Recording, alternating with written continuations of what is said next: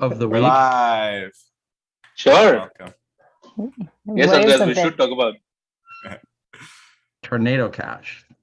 Son will take it Oh. away. Yeah, we can talk about that towards the end. But hello, everybody. Welcome to our Baseline show. It is August 17th, and we are here with our Baseline community. Thank you for tuning in. Today, we are going to talk about a custom proposal that was recently completed with IDC on multi-party automation. And I will walk us through what that proposal looks like at this point. But first, I'll give a little context on what the idea was there. So our outreach team started doing some outreach a few months ago to analyst firms to get some hard research done around multi-party automation, the costs associated, and just the data that we're looking for in our enablement and other efforts in the Baseline community. So with that, we started reaching out to firms to get some research put together because it did not exist, or we could only get so far with what existed so far. And IDC was a great contender and was able to work with us on what some of our requirements were, because of course they were a little tedious with all the different types of technologies Baseline incorporates, as well as the types of industries it can apply to. So figuring out a scope for that took a little time. And we also wanted to use this approach of keeping it as an open multi-party report, which means that we will be doing outreach to different sponsors. And we are hoping to get about 5 premium sponsors of the study. I'll walk through all those details when I talk through the report, but just for some context, because it's not a very typical process for funding a report. But if we get multiple companies involved, we can get a few different angles incorporated to the designing process of the requirements for the report. So instead of us trying to define use cases and kind of box the study in, we want to bring in as many other organizations in the space that are addressing similar problems or have similar offerings to get as much out of this as we can. So with that, I will share screen. So this proposal is what we've just completed. That is what we're going to be distributing to potential sponsors. We have some messaging drafted. We have a list of prospective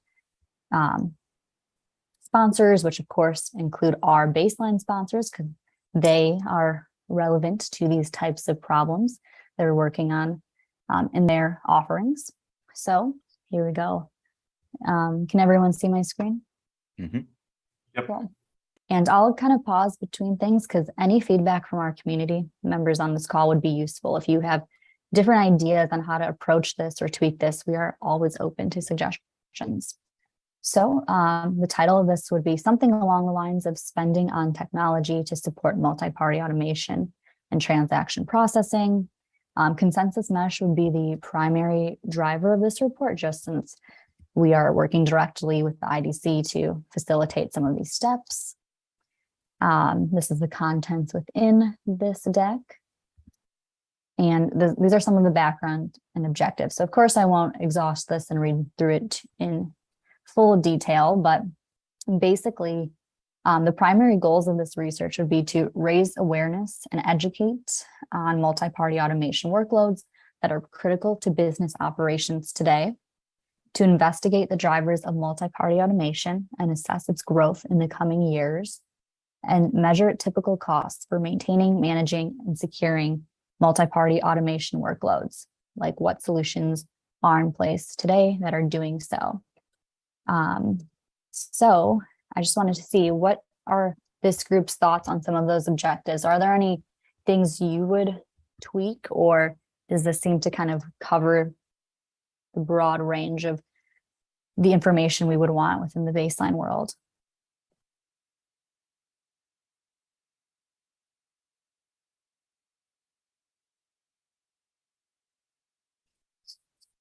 So we try to keep this pretty broad because as we get sponsors that will design the report, they will help make this a little more focused. But are these types of, is this focus what you would expect on research that's needed around the protocol at this time?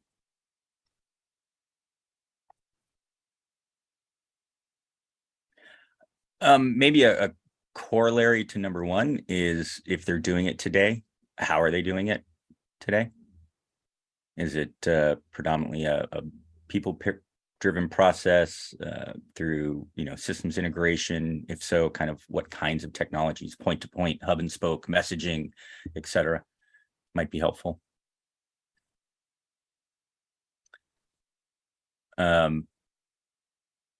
Number two, kind of a corollary to that is, the drivers for growth are great, but what about the impediments to growth, right? The blockers, what people view as the obstacles, perhaps.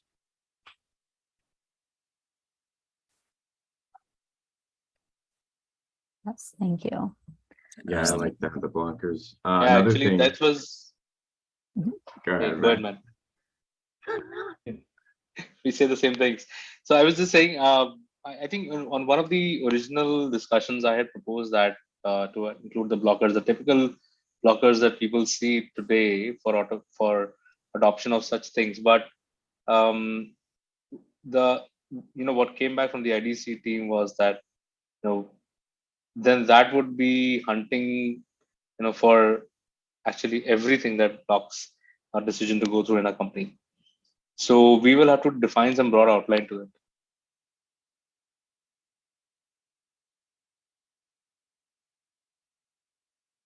And Go ahead, Keith? Keith. Yeah, I was just gonna say, in a lot of our talks, we focus on like the current state of things and how it makes it better, or with the pain points that it can alleviate. And then we end up talking about, well, what are like the negative spaces in the industries, or even like, industries that don't even exist yet because the baseline protocol, doesn't really, have widespread implementation, right? What are these negative spaces? That's kind of like what I would like to see in a report. Are, what are the places that industries aren't even willing to enter into or consider? What I know is hard to measure in a report like this, but that's what I'd like to see. Yeah, dovetailing on what Nick said a little bit on number one, I think that's a really interesting goal to have as part of this research. I think as part of that, something that we all continue to seek to identify is the use cases that drive into these critical business operations today. So I think as we continue to pursue this type of research, it would be valuable for us to continue to pull in the various different use cases that organizations are using for these type of multi-party workloads today, and assessing, the viability and the value in baselining and applying baselining to those operations themselves. I know that's like a very general thing, but it's something that still just continues to be top of mind, myself and I think others, is where we see this being able to be applied to, and where the market and others see this being able to be applied to. And then going into number three, those costs for doing so, encapsulating, having an understanding around what that operational budget is to actually do those type of processes at current state today. That seems a little bit of almost kind of like a boring topic, if you will, but though assessing those actual costs as they currently stand today is one of those key things to understanding, how to build upon that and actually add efficiency to these processes. And so those would be some areas that I'd love to see us further dive into as well.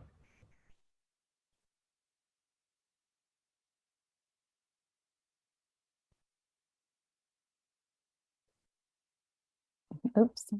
Thank you all. All right, I'm going to keep moving forward, but I think this background and objective slide is one of the more important ones, because we really want to get these main questions right off the bat before we start this. Mm-hmm. So some of the other details in this proposal are about the scope options for the different sponsors.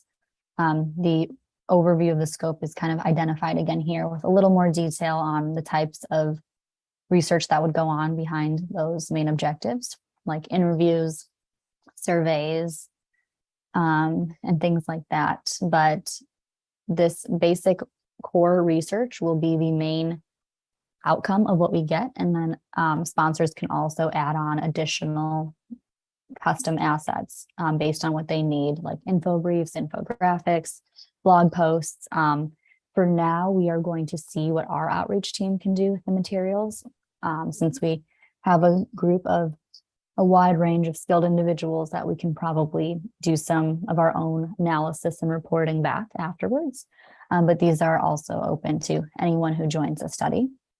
And then we would have a standard sponsorship as well that would go alongside the premium sponsors, but they wouldn't be as involved with the design process, because a max of 5 is probably just enough to have a broader scope, but also we need to limit it at some point for our outcomes. Any comments on this? 2 tiers of sponsorship, standard and premium, max of 5 on the premium. See the pricing there. Can only herd so many cats. I get that with respect to premium. And then the work stream 2 is essentially like an a la carte menu, if you will. The infographic might be something that this community, that at a 10K level, IDC produces some pretty high quality assets and collateral. That might be something this group might get a lot of use out of. Presuming that 10K infographic includes the licensing for kind of broad distribution, right? Yeah, That's a safe assumption. Yeah, that's a safe assumption. But we should write that definitely. And what's the difference between an info brief, an infographic, and a signature white paper? An info brief is just a light white paper with the graphic. Yeah, yeah. They've actually given Nick examples in the proposal. Okay, I can look then. Yeah. Yes, let me just make sure they're in this version. Yes, we saved them at the end in the appendix, so we can go through that. What I see is truly powerful is, Sonal, if you go back, measuring of the TCO and risk assessment. I think these 2 areas combined, it may solve, probably 60 to 80% of the problems which decision makers face, while taking decisions. So I think this is something very interesting. And what I personally feel is going to add value for us is, we will be able to establish those parameters. And they are doing it for 3 use cases, but then, once we have it in the community, we will be able to do it for other use cases as well, because we have such strong research groups already going on. I agree. Well, blog post for 7,500. That's it's pretty good. I mean, I can blog post too, so keep that in mind. So yes, sounds good. Yeah, presumably the blog post from them would go out through their distribution channel too, right? End up on an IDC website and all that kind of stuff. I think the biggest thing they're giving is the referenceability. Exactly. Just give a link. That's a great point. And the credibility the credibility that it's on an IDC site, not just. Right, I got to work on my brand, my credibility, and one day I'll get there. Crypto to me, blog post. I know. Yeah, let's talk crypto. It might be there before you know it. And actually, on that point, when we originally started this report, I'm going to go back one slide. When we originally were talking about how to scope this, there were a lot of varying opinions about what to mention and not mention. And of course, the question always comes up of, do we mention blockchain? Do we mention the DLT in this community? And there's like a fine line between mentioning it too much, but not mentioning it at all. So I think it would be great to get this group's opinion on how we should address that, because in these working sessions with the IDC team, based on which community members are joining, we're kind of all over the place, which makes sense because we're still figuring that out. So what do you think about how to address the blockchain angle? And if you think it should be kind of removed from this level of a report, or if that would actually be a disadvantage to our community and the types of organizations we work with sometimes.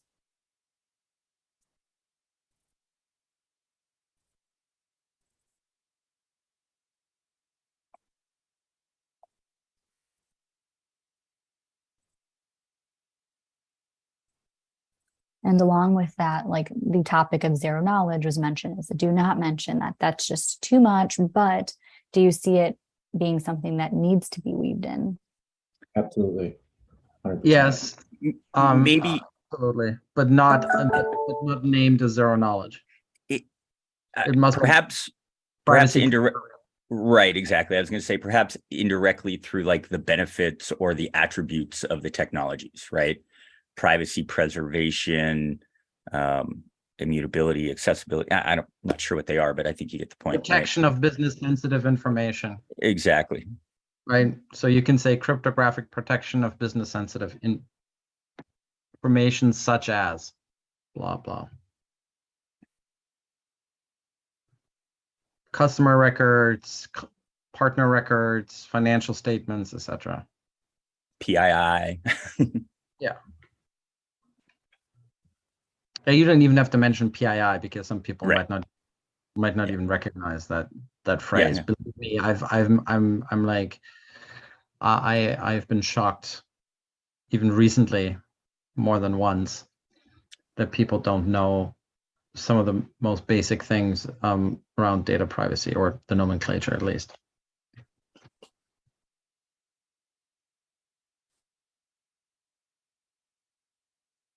Thank you. Any other additions to that?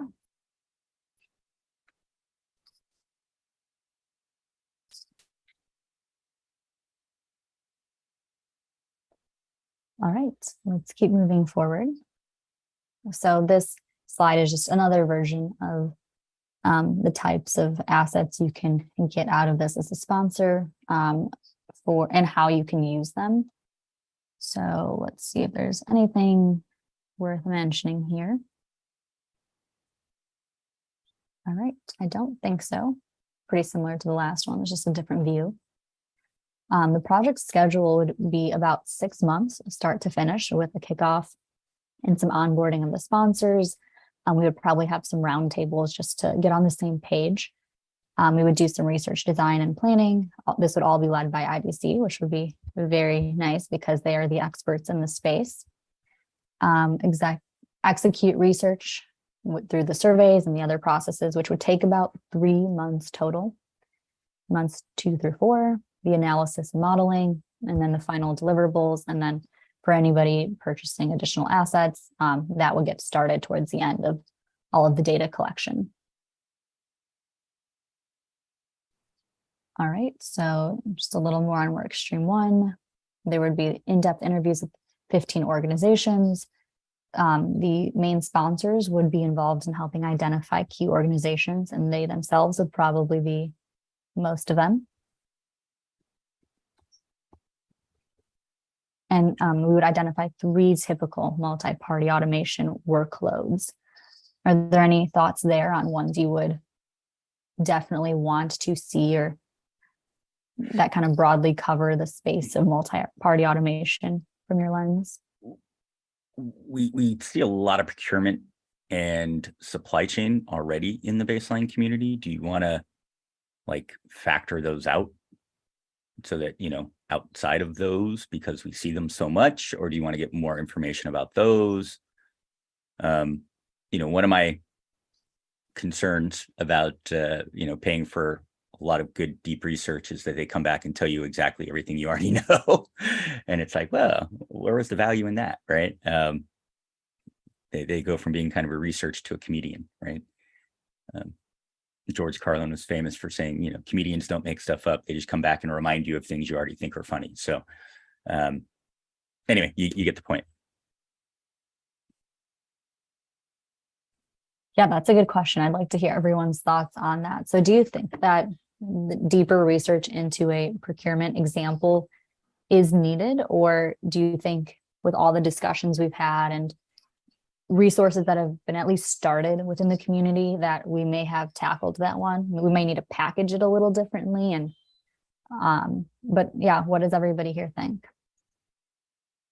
If I may chime in, so I think it is definitely completing the loop.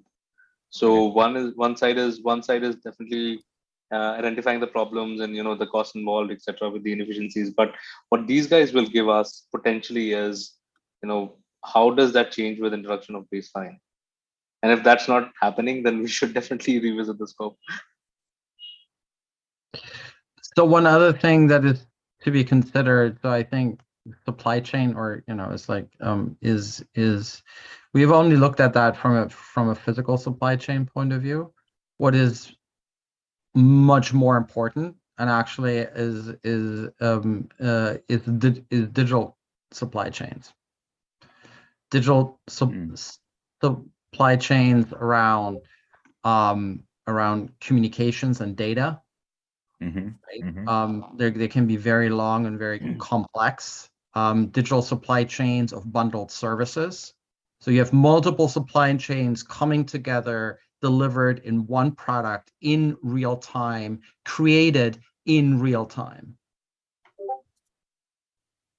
Right? So data service, security, usage-based insurance, entertainment package, in one, delivered on your device, in the car, wherever you are, right? That's one bundle that is being delivered, right? Is like, can you ensure you're not using sanctioned open source software?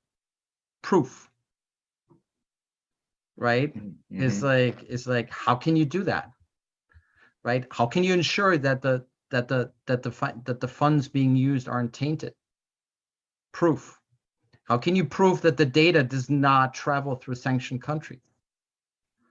How can you prove that the data pipeline or the data request wasn't fraudulent? Right? So it's like as we move to real-time service delivery of complex product packages that have to be assembled in real time, right? This is getting really, really critical, because you will have to prove that everything was kosher, because otherwise the assumption is you're guilty. The regulators don't care. They assume you're guilty until proven otherwise.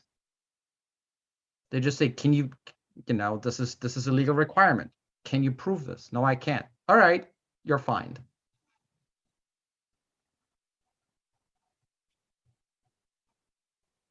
So this is just one example. Same thing in gaming, right? Gaming is a digital supply chain. If you're that moves through gaming consoles.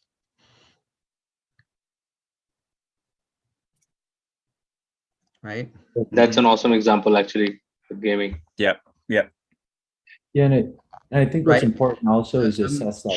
Cheating in games, cheating during tournaments, all that kind of stuff is all about multi-party coordination under zero knowledge, and because it's impacting PII, and there's no, it's like, oh, you're gonna you're going to receive data from another device, and then you have that comes from California, and they have signed the consent form. Yeah, and Andreas just made an important point there. He just said under zero knowledge, and to me, like, assessing whether the evaluation of the supply chain use case is worthwhile to be incorporated here, it's understanding, like, to what extent are we considering this complete, kind of synchronization, multi-party automation type process? And zero knowledge, and even some of the things that then round out from asset tokenization opportunities and things like that there on after, are, I think, important considerations to the use case itself and to the research that's, ultimately yielded as a result.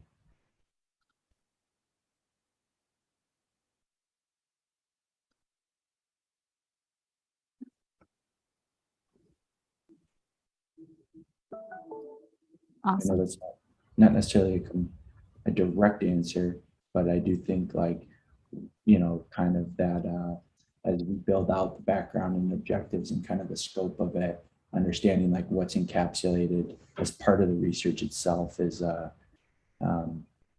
worth, very important and worthwhile to consider. Yes, thank you all for that discussion. All right, I will keep moving forward. Well, I have actually a couple questions, if you don't mind. Yeah, go ahead. I'll just pause on this one. Oh yeah, it was about the last one, but just going back to your original question, well, like, how do they determine like those 3 different workloads? Is that purely you just tell them you want it, or you're going to give them criteria that are act as like boundaries, like we were talking about, or like, what's the process if we understand it better?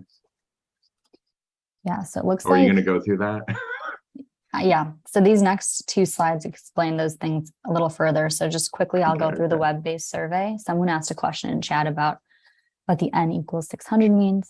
That would be a 600 sample size of companies or interviewees or survey respondents, however they go about that. So the purpose would be to quantify the use and importance of multi-party automation workloads at enterprises today. And I'm just quickly looking through some of these things here. All right, so I'm going to move forward to the next one. Which, well, even same question about that one. How are those 600 entities, enterprises chosen for the sample? Do we know about the process that they're using to select? Yeah, so it was my understanding from some of our previous sessions that they have a master list of organizations that they typically work with that join these studies from different industries and spaces, and they would be identifying the relevant parties that would be part of this study. But I know that's just pretty brief and vague, so I'm not entirely sure, but they seem to have a process for doing this in studies like this. So choosing is purely within their control. There's no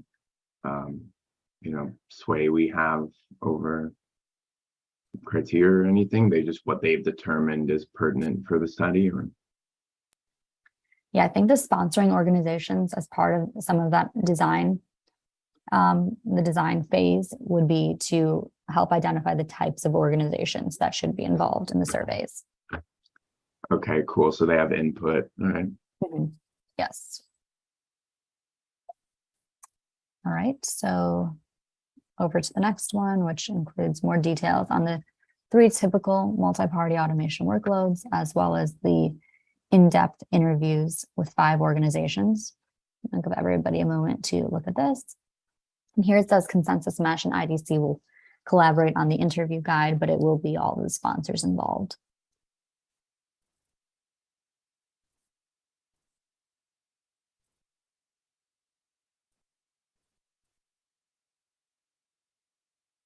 Yeah, so kind of same question here. It's, let's say, we say we want one that is procurement or supply chain because that's the full loop. But then what about the other 2? What kind of direction would we like to go in with that, right? Do we want to go with just the second and third highest priority? Do we want like kind of differing cases that kind of cover, these kind of unique fields here, industry?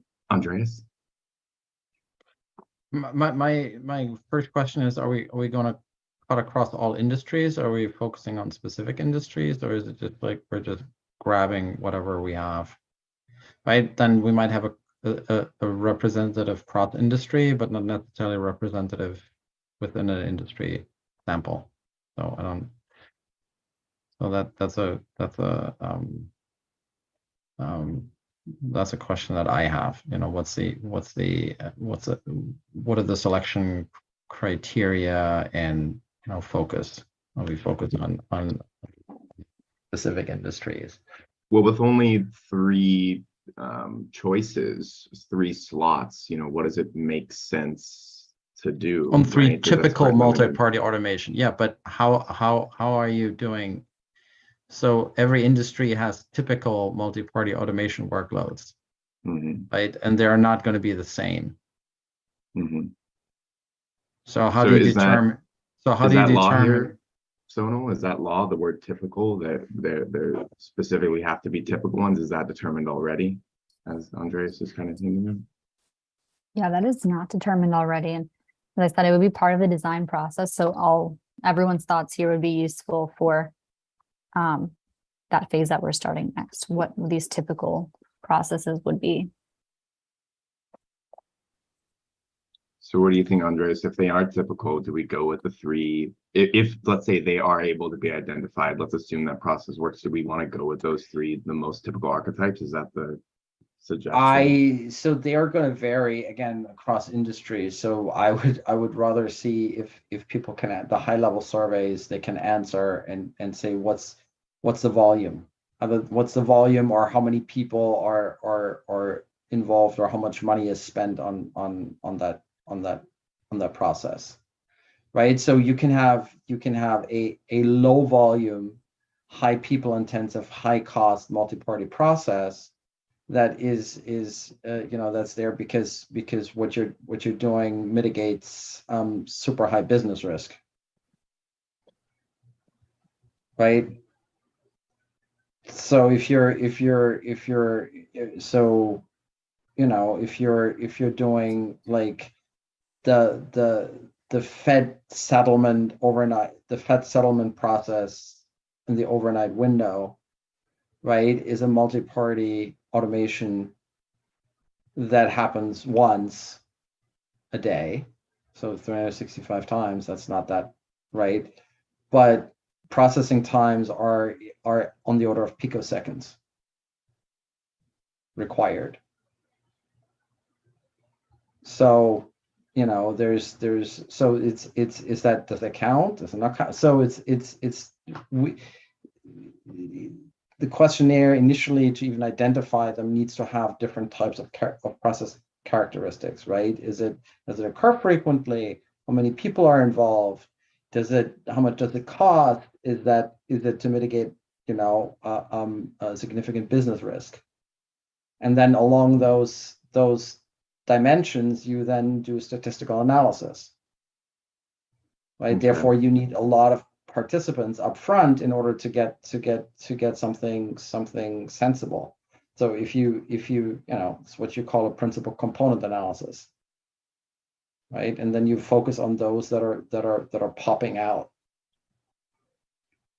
Right. So the question is, how much control do we have over those dimensions? How much sway do we hold with IDC over the dimensions? Or we can just give them the right? dimension. No, just give them the dimensions. Right. I This mean, is like, will they accept it if we say, hey, here's these 42 dimensions? Do it. Well, I mean, reasonable, right? You don't need, like, we're not dealing with a 10,000 dimensional problem, right? It's like we're looking at, it's like maybe, one or two handfuls of characteristics, and then you want to align those use cases along those characteristics, and then see what are the common, how are you grouping along the combination of those dimensions, right? On which multidimensional objects do you group most of those processes? So they're going to be similar, even though they might be from different industries, and you don't have a representative sample within the industry. At least you have characteristically similar processes, right? So they're getting to the same type of they're trying to achieve the same type of outcomes, right? So they might, in detail, might be very different, but they fall into the same type of process category. That the kind of stuff, like, what was that, 2007, 2006, 2005, 2006, like, so it's like 17 years ago, right? Around clustering and stuff like that. So yeah, that's the principal component analysis, and then you're doing like a k-means or hierarchical clustering in order to see what you then should be diving into. But that is the key thing is to identify those dimensions. Yeah. And Well, you heard it here IDC will first. not be able, and IDC will not be able to say, yeah, those are the dimensions. We need to provide that. Is that Sonal? Is there any? Does that line up with what you've heard from IDC? We can just hand them a n-dimensional list. Yeah, I think the more pointed direction we can give them, the better, because this is obviously really vague, but when they start the research and analysis around what our ask is, we do need to give a lot more pointed direction there. And then Sorry, go ahead. I was just going to say this broad proposal is just to keep it open to other sponsors in the space who may be interested, as we said. But from our angle, as some of the drivers of the report, we do need to give our inputs as detailed as possible. And give them the values, possible values for each dimension, or if it's like typical number of participants, or it's like min max, min max average, right? And whatever we can put in there, such that we can then I don't really care what the name is or what it is, or the industry becomes just a category, a super category from along which you can then look at the results, but it ends up make it easy for people to fill it out, right? Because the people who are going to do the interviews and they're you need to make it as foolproof as possible, right? Because any errors in data collection will influence the results. So make it super simple and easy, and we need to provide write-ups of what this dimension means, why it's important, what they should, are there secondary questions that should come, should they question values, blah blah blah. Right. I mean, help them guide the interview guide. We basically need to write that for them. Yeah, certainly. In the kind of interview part, that's going to end up being more like a qualitative analysis, right? I mean, I think the error is kind of inherent in there, and like who are you asking, and such, so on and so forth, right? And how true does. I think you can do that. It's like you can do that relatively high level. The key thing is then when you're doing like the detailed interviews, like in the second round, right? When you dive in deep. So when you're sampling your clusters that you've created, then you need to then go deep and look at the individual things, and then try to extract sort of like subdimensions out of those detailed interviews that are sort of like fine graining the clusters. But there's if we have sufficient sample size in terms of companies, we will be able to do some nice, not only descriptive but inferential statistics from that. Right? Yeah, did we go ahead. I was just going to say, do we know for this report, will they include all the methods they've used to collect the quantitative and qualitative data? So we can kind of measure as one is looking through to the possible margin of errors. So I just a question to the methodology. Are they going to send out like a survey to like a very large sample size, like 1,000, that is like, it's like a self-survey that can be done in like 5 minutes? And then based on the analysis, you're going like, okay, so we're going to look at that, and then we're you're doing it, you're going, and then you're like drilling down by doing a small set of like, sampling of that of the results of that high level, large scale survey? Yeah, I think for the survey that will go out to about 600 people, that is just a mass distribution to the people at certain companies or industries that are identified. And then we'll What use is the typical IDC return rate on those large surveys?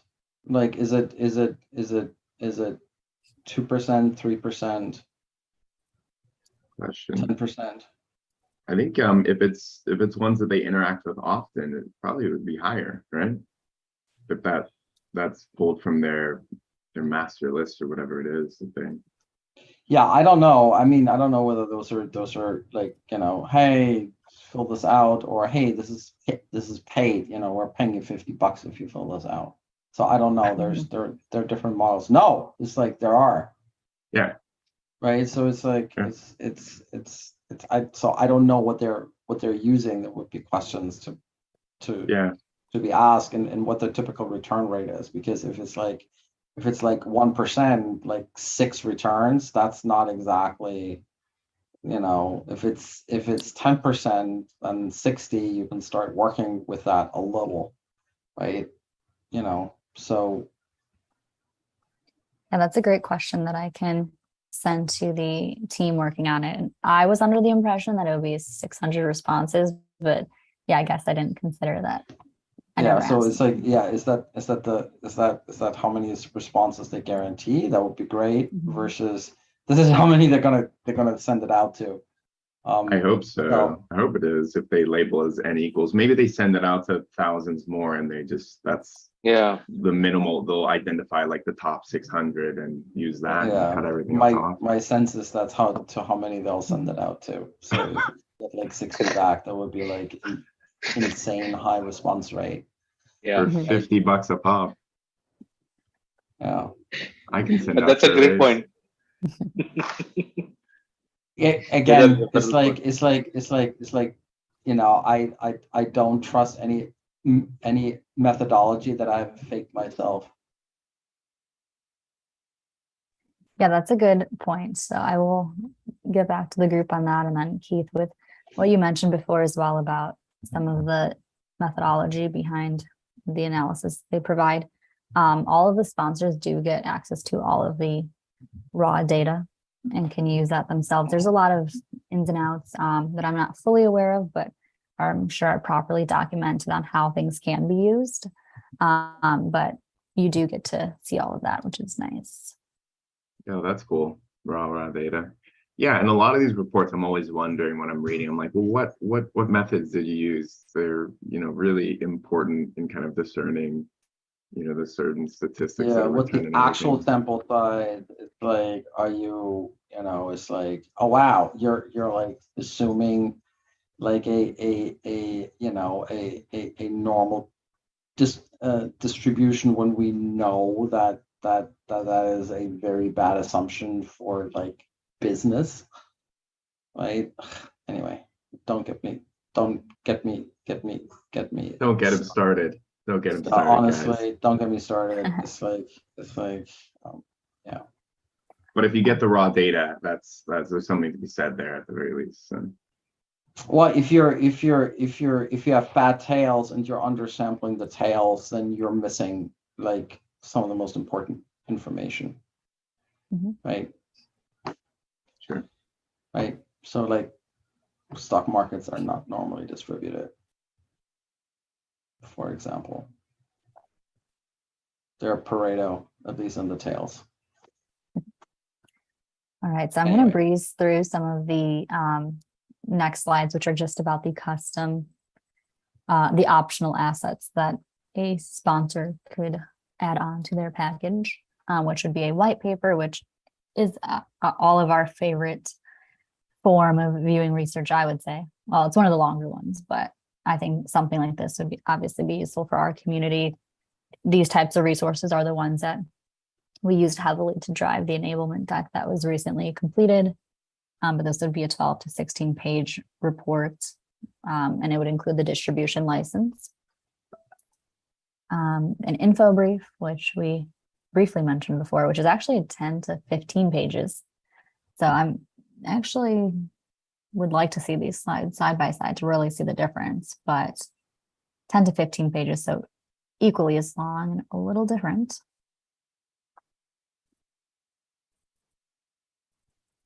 And this is also shareable. So if anybody wants access to this, whether you're watching on stream or joining this call, let me know. We'll also make sure the final copy is posted within our outreach drive.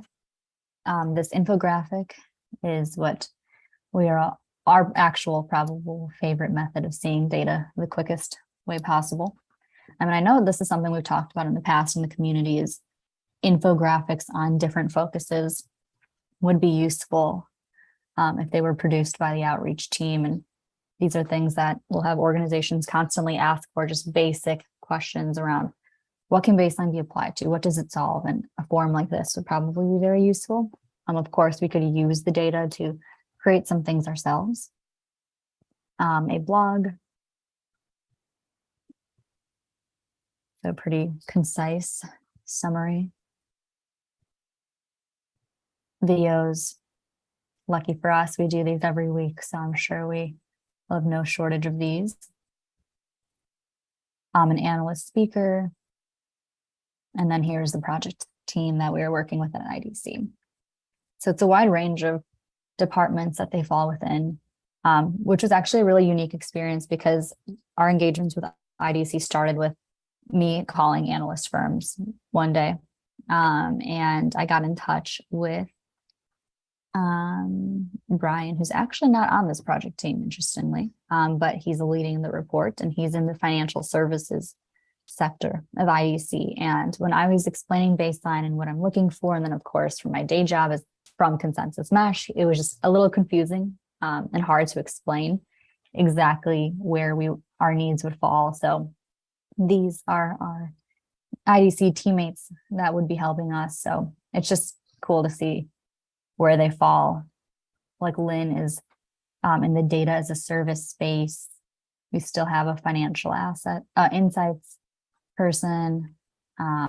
Philip is also actually heavily involved in the DeFi, tokenomics, blockchain space. So I thought this was interesting, but are there any questions or comments on this proposal at this state? We are going to take notes on a lot of the questions and comments made here. I think that's a perfect next step with some of our internal work group conversations now that we got some more opinions on it. But that is where we ended up on this proposal. As I mentioned, we try to keep it brief. So some of these points are more design details that we'll keep in mind. But what do you all think? I know it was a long time coming. We've wanted a report for a while.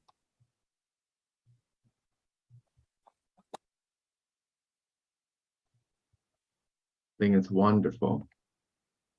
It's wonderful to get it out there, talk about it, take these Absolutely. first steps, get to see that a lot of the flexibility that we're allowing now really is just will kind of be determined as sponsors come in and we define it out. And yeah, also. Do we have any interest from organizations to be sponsors? Any preliminary interest? We do. Luckily, John Wolpert's, before his time away that he just recently started, was starting some outreach within his network from his previous roles. So that was very exciting to start seeing that pick up traction. But now we're actually going to start hitting the ground running with a list of prospects that we've identified. But who are some companies, or what are some companies that you have top of mind that you would see being interested in being part of a report like this? Digital disruption. SAP, ServiceNow.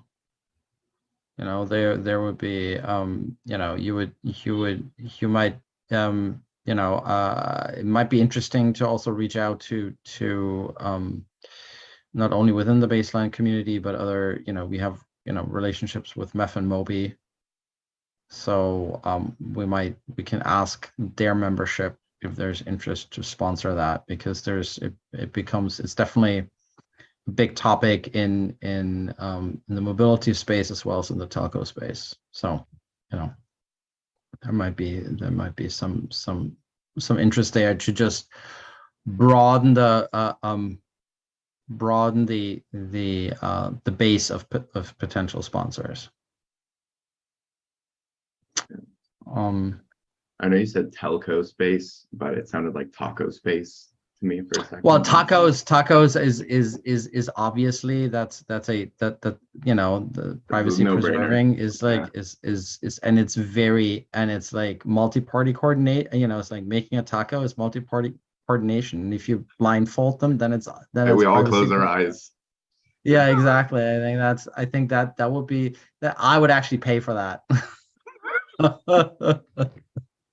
Oh, so you're a sponsor now. Okay, there we go. That That was a verbal contract. If we're doing the taco industry with privacy preserving multi-party coordination, absolutely. New Write that company, down. new company. It'll be good to see Chili's and Taco Bell on the sponsor list, right? Taco Bell, yeah, there's like that's there, and their supply chain. It's like you know, when you get tainted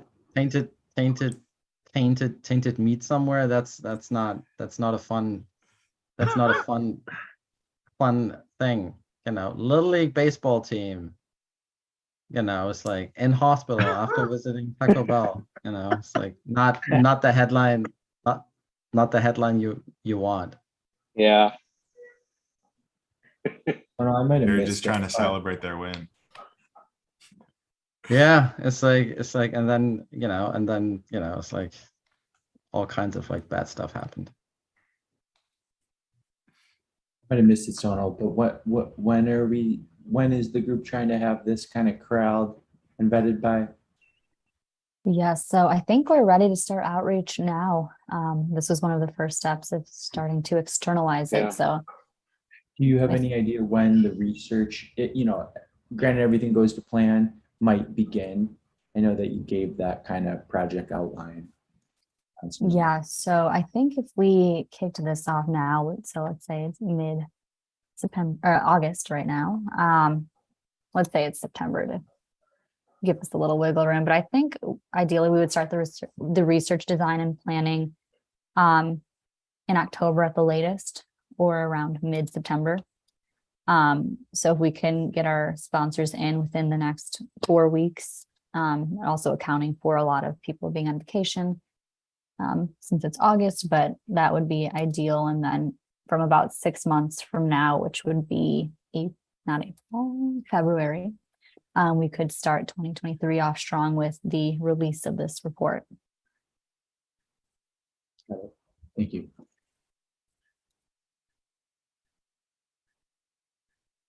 All right, so that is all I have. Thank you all for joining the session and giving your inputs.